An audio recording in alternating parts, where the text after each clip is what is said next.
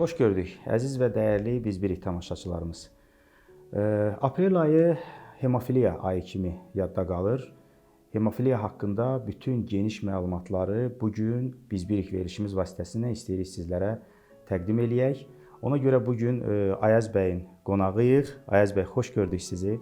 Təşəkkür edirəm gəldiyinizə görə, diqqətlərinizə görə. Çox sağ olun. Ayaz bəy, Biz Birik verilişimiz vasitəsilə biz hər daim cəmiyyətimizə mesaj ötürürük. Əlilliyi olan dostlarımızın uğurlarını cəmiyyətə çəkib göstəririk və bu dəfə də istədik ki, hemofiliya haqqında tamaşaçılarımızı maarifləndirək, geniş məlumatlar ötürək. Çünki bildiyimiz qədər hemofiliya ilə bağlı bir çox insanların məlumatı da yoxdur. Hətta xəstəliyi olan şəxslər belə məlumatsız olurlar.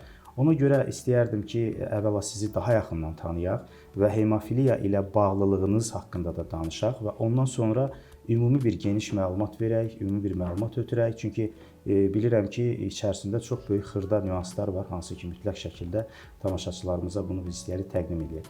Ona görə təşəkkür edirəm əvvəlcə bizi qonaq etdiyiniz üçün. Mən təşəkkür edirəm. Ona görə istəyərdik Ayaz bəy, sizi daha yaxından tanıyaq. Mən Ayaz Hüseynov, Hemofiliyalı Xəstələrin Respublika Assosiasiyasının sədriyəm və assosiasiya olaraq biz nəinki hemofiliyanı, müxtəlif laxtalanma pozğunluğundan əziyyət çəkən pasientləri öz deməli çətimizin altına yığırıq. Çünki bir çox deməli nadir, bir çox qan laxtalanma pozğunluqları nadir xəstəliklərdir və bu pasientlərdən 70-ə yaxın belə bir xəstəliklər var, müxtəlif. Simptomatik olaraq eynidir, qanaxma ilə müşahidə olunur, daxili və xarici. Amma deməli bu xəstəliklərə yanaşma tamamilə fərqlidir. Ona görə də biz o pasientlərin də deməli öz yanımızda saxlayırıq, davamlı olaraq təlimlər keçirik. Davamlı olaraq o pasientlərə sağlam yaşamaq üçün hansı addımların atılması lazımdır. Onunla bağlı mütəmadi olaraq deməli təlimatlandırırıq. Ayaz bəy, təşkilatınız var. Bəli. Təşkilatınızın adı necə gedir və təşkilat yaranma səbəbi nədən ilhamlandı bu təşkilat yarandı və bu gün də hemofiliyalı xəstəliyi olan şəxslərə dəstək göstərilir? Hemofiliyalı Xəstələrin Respublika Assosiasiyası 1997-ci ildə deməli yaradıldı mənim anam Gülnar Hüseynova tərəfindən. Səbəb də o idi ki, məhz məndə hemofiliyanın ağır forması oldu və sizin özünüzdə də var bu yəni. Bəli, ən ağır formasıdır və sizə deyim ki, o zamanlar heç bir müalicədən söhbət gedə bilməzdi. Yeganə sağ qalma şansı yalnız qan və plazma idi. O da deməli müalicə deyil idi. Sadəcə şans yaranırdı ki, insan qanaxmaların içində olanda şans olsun ki, insan sağ çıxa bilsin.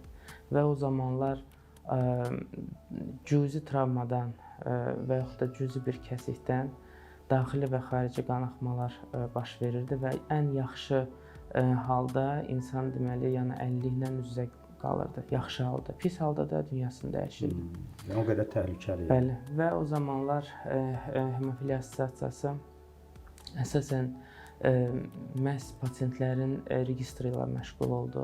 2002-ci ilə qədər demək olar dövlət proqramının üzərində çalışdıq və sizə deyim ki, 2005-ci ildə deməli ilkin dövlət proqramının ilkin variantı aidiyyatı dövlət qurumlarına təqdim edildi. Bunun üzərində işlənildi və 2005-ci ildə məhz ölkə başçısının imzası ilə bu deməli dövlət proqramı təsdiqləndi və 2006-cı ildən bu günə qədər bahalı qanun laxtalanma deməli dərman preparatları tam təmənnasız olaraq bizim pasientlərimizə təqdim olunur və bu bir dönüş deməli nöqtəsi idi və müasir müalicəyə ilk deməli addımı idi.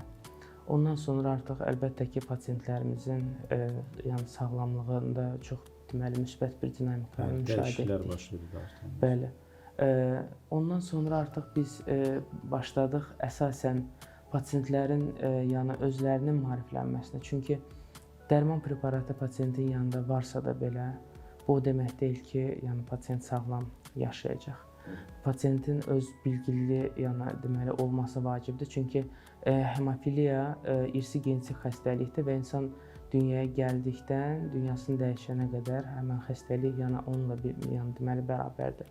Və xəstəlik ağırlaşma verməsin deyə əlbəttə ki, lazımi anda hansı dozada deməli dərman preparatının vurulması, yaşam tərzi hansı formada, yəni deməli aparılmalıdır ki, minimal travma olsun, hansı idman növləri vacibdir, əzələlərin deməli möhkəmliyi necə insanın sağlamlığına deməli təsir göstərir və s. Yəni burada əslində sizə deyim ki, deməli multidisiplinar yanaşma çox vacibdir. Yəni qanun laxtalanma pozğunluğudur, amma insanın sağlam yaşaması üçün bir çox profilli olan doktorların yəni iştirakı vacibdir və pasient bilməlidir hansı anda nə etməli. Daimi nəzarət olmalıdır ki, Bəli. öz üzərində sağalma ehtimalı olsun. Və əgər bu bütün yəni amillər nəzərə alınsa, insan sağlam böyüyəcək, yəni ailəsi olacaq, uşaqları olacaq, deməli yəni işləyəcək və s. yəni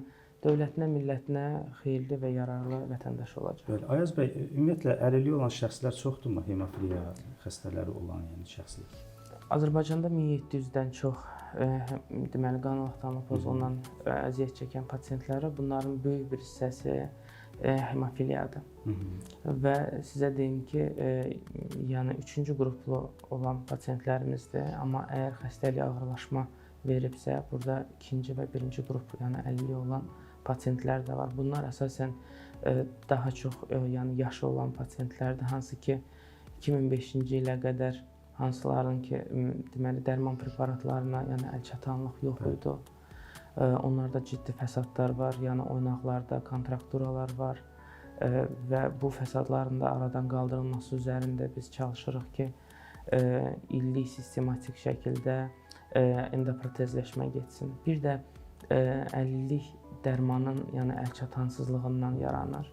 Xüsusən də ki regionlar, mən bunu xüsusən istəyirəm vurğulamaq ki, dərman preparatları hazırda yalnız Bakı şəhərində verilir və regionlara dərmanların çatdırılması vacibdir. Çünki təsəvvürünüzə gətirin ki, müxtəlif rayonlardan 2-ci, 1-ci qrup, yəni ağır formalı hemofiliyalı pasientlər hər ay, yəni öz deməli dərman dozasını götürmək üçün Bakıya gəlirlər və bu yolun özü də onlar üçün yəni deməli əlavə travmadır. Onların sosial deməli yəni yaşayışına ciddi deməli mənfi təsir göstərir və s. Ona Ayaz görə bəy, bəs bax maraqlıdır. Ümumiyyətlə bu xəstəliyin müalicəsi tam varmı?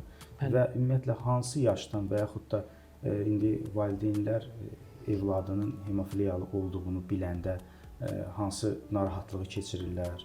Belə deyək, stressdə yaşaya bilərlər və yaxud da bilirsiniz ki, əlillik mövzusudur və bu da və hətta həyat bitdi, tamamlandı kimi duyğulara qapana bilərlər. Ona görə istəyərdim bax belə də bir səslənək dostlarımıza da, o şəxslərə, bizi izləyənlərə də ki, ümumiyyətlə hemofiliyanın sağalma ehtimalı varmı? Və yaxud da bunu hansı yaşdan artıq erkən üzərinə düşmək lazımdır ki, və necə bilmək olar bunu? Hemofiliyanın əfsuslar olsun ki, tam sağalma şansı demək olar ki, yoxdur. Gen terapiyası var, hansı ki, çox bahalı bir yəni müalicədir və orada ağır formalı hemofiliyanı gen terapiyası yəni müdaxiləsi ilə orta formaya yəni salmaq olar. Amma hemofiliya ilə hətta yəni ağır formalı hemofiliya ilə qeyd etdiyim kimi dövlətin qayğısı varsa, pasiyent əgər maarifləndirilibsə, bilgilidirsə xəstəliyi haqqında və doktorun nəzarəti davamlı şəkildə onda varsa, tam sağlam yaşaya bilər. Bu mümkündür. Və buna görə də bu məsələyə kompleks yanaşma vacibdir. Mən sizə deyim ki, yeni bizə qoşulan valideynlər, əlbəttə ki, yeni bizə gələn valideynlərin hemofiliya adı belə çəkiləndə onlar şok yaşayırdılar. İndi də elə yəni valideynlərimiz var, amma bizim cəmiyyətlə birgə yəni deməli olduqdan sonra əlbəttə ki, necə deyim, eyni problemli insanları öz yəni deməli ətraflarında görürlər. Biz sağlamlıq yay düşərgələri keçiririk. Ana-bala sağlamlıq yay düşərgəsi hər il. Və orada yəni analar, uşaqlar eyni problemi görürlər və görürlər ki, çıxış yolu var. Yəni baxmayaraq ki, uşağında belə bir xəstəlik var. Uşaq sağlam böyüyəcək, əgər düzgün yanaşma olsa, yəni deməli təhsilini alacaq, işləyəcək və s. və bu nümunəni də yəni görürlər bizdə ki, bu mümkündür etmək. Əlbəttə bu böyük bir deməli motivasiyadır. Bəli. Ayaz bəy, bəs məsələn uşaq anadan olandan sonra valideyn necə bilir ki, və yaxud da bu müayinələrdən sonra bilinir, yoxsa hansısa bir simptomları var ki, bilinsin ki, bu uşaqda artıq belə bir xəstəlik mövcuddur? Bilirsiniz, qeyd etdiyim kimi xəstəliyin deməli yüngül, orta və ağır forması var. Misal üçün yüngül formada bilinməyə bilər. Müəyyən bir yaşa dolduqdan sonra ciddi hansısa bir misal üçün qəzada və yaxud da deməli yəni əməliyyat zamanı şiddətli qanaxma ilə üz-üzə qalına bilər. Onda artıq deməli diaqnostika nəticəsində aydın olur ki, bu insanda hemofiliya var.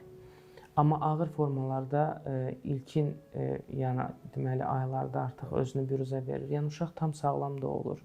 Həm deməli yəni əqli cəhətdən, həm fiziki cəhətdən, amma uşaq artıq iməklənməyə başladıqda və yaxud da minimal hansısa bir travma toxunanda, əziləndə müşahidə yəni onu göstərir ki, mən buradan valideynlərə də yəni səslənmək istəyirəm ki, uşaqların bədəninə diqqət etsinlər. Əgər bir göyərmələr varsa və yaxud da səbəbsiz şəkildə uşaq əgər ağlayırsa, çünki ağır formalı hemofiliyalılar qeyd etdiyim kimi ilkin aylarda artıq deməli, yəni onlarda müəyyən cüzi travmalara görə yəni ciddi fəsadlar mümkündür. Belə başa düşürəm ki, Ayaz bəy, deməli əgər bir belə deyək, hemofiliyalı xəstəliyi olan şəxsdə bir yara olarsa, o məsələn dişdə bir problem olarsa və yaxud da hansısa bir qəza nəticəsində qan axır və dayanmır. Belə başa düşdüm. Və dayanmır və bu da böyük fəsada gətirib çıxarda bilər. Bəli. Ayaz bəy, sizin özünüzdə də əlillik var. Bəli.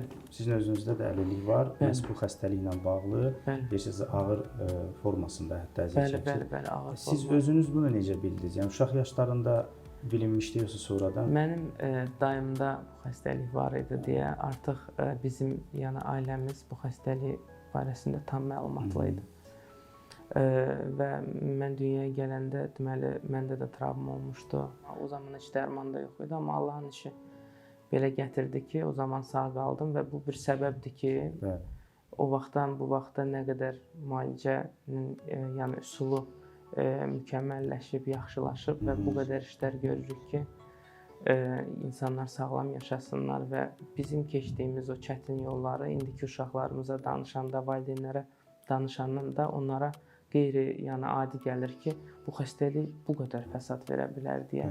Bu bir sevindiricidir ki, yəni onlar o çətinlikləri görmürlər və bizim böyütdüyümüz nəsillər var, hansı ki, indi uşaqlar maşallah olsun, deməli təhsillərini yəni alırlar, dövlət qurumlarında çalışırlar, tam sağlam yaşaya bilirlər. Əsas odur ki, cəmiyyətin yanında olsunlar və maariflənsinlər. Amma belə baxanda, məsələn, biz də əsas istiqamətimiz odur ki, verilişimiz vasitəsilə maarifləndirək ki, belə baxanda, məsəl üçün, elə Ayaz bəyin özündə də ümumiyyətlə heç bir belə vizual görüntü yoxdur ki, bu əlillik mövcuddur. Amma hansısa bir travma, hansısa bir belə deyək, hətta çəkişmə ola bilər ki, o anda mübahisə və yaxud da müəyyən məsələlər ki, bilməz ki, qarşısındakı insanda belə bir xəstəlik var və bir travma nəticəsində böyük fəsad ola bilər. Ona görə düşünürəm ki, bu şeyə diqqət etmək lazımdır. Mütləq diqqət etmək lazımdır. Sizə deyim ki, ağır formalı pasientlərdə spontan qanaxmalar da olur, dayandıq yerdə daxili qan sızmalar da olur.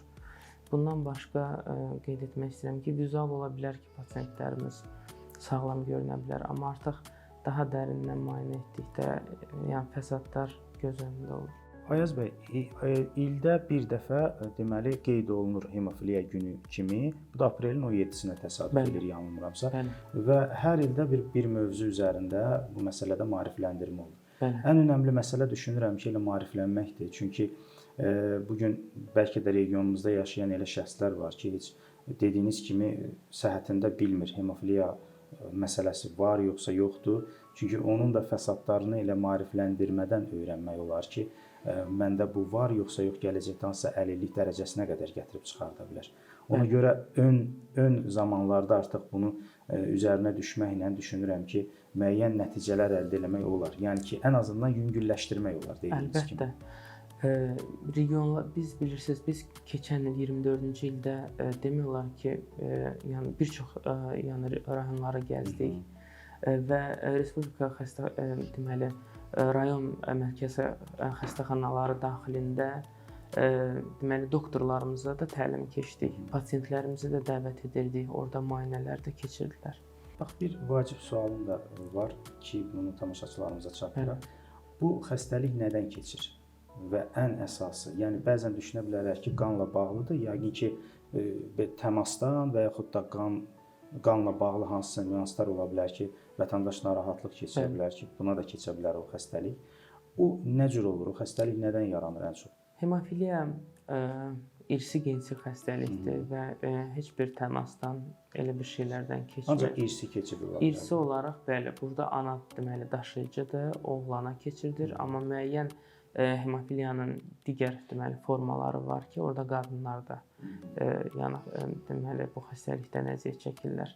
Yəni heç bir təmas və yaxud da qan belə şeylərdən keçmir, amma qazanılmış hemofiliya olur. Yəni insan müəyyən yaşa çatır və hansısa bir yaşdan sonra bədəndə müəyyən dəyişikliklər baş verir. Hər hansısa bir ona yəni səbəblər də ola bilər olsun və qazanılmış hemofiliya olur və dünyasının axırına kimi hemofiliya ilə yaşayır. Amma bu çox nadir haldır. Yəni həddindən artıq Azərbaycanda bir neçə elə bir pasient var, çox nadir hallardan biri. Yəni ən çox deməli nəzər yetirilməlidir ki, əgər belə deyək də, bu insanların ailə üzvlərində əvvəlki ata, ana, baba, nənə, dayı bu şəxslərdə olubsa belə bir müəyyən xəstəliklər, deməli nəzarəti gücləndirmək lazımdır ki, ola bilər hansısa uşaqda gələcəkdə olur. Çox vacib məsələyə toxundunuz. Biz 2021-ci ildən etibarən qohum nigahlarını yəni gündəmdə saxlayırdıq ki, qohum nigahlarının fəsadları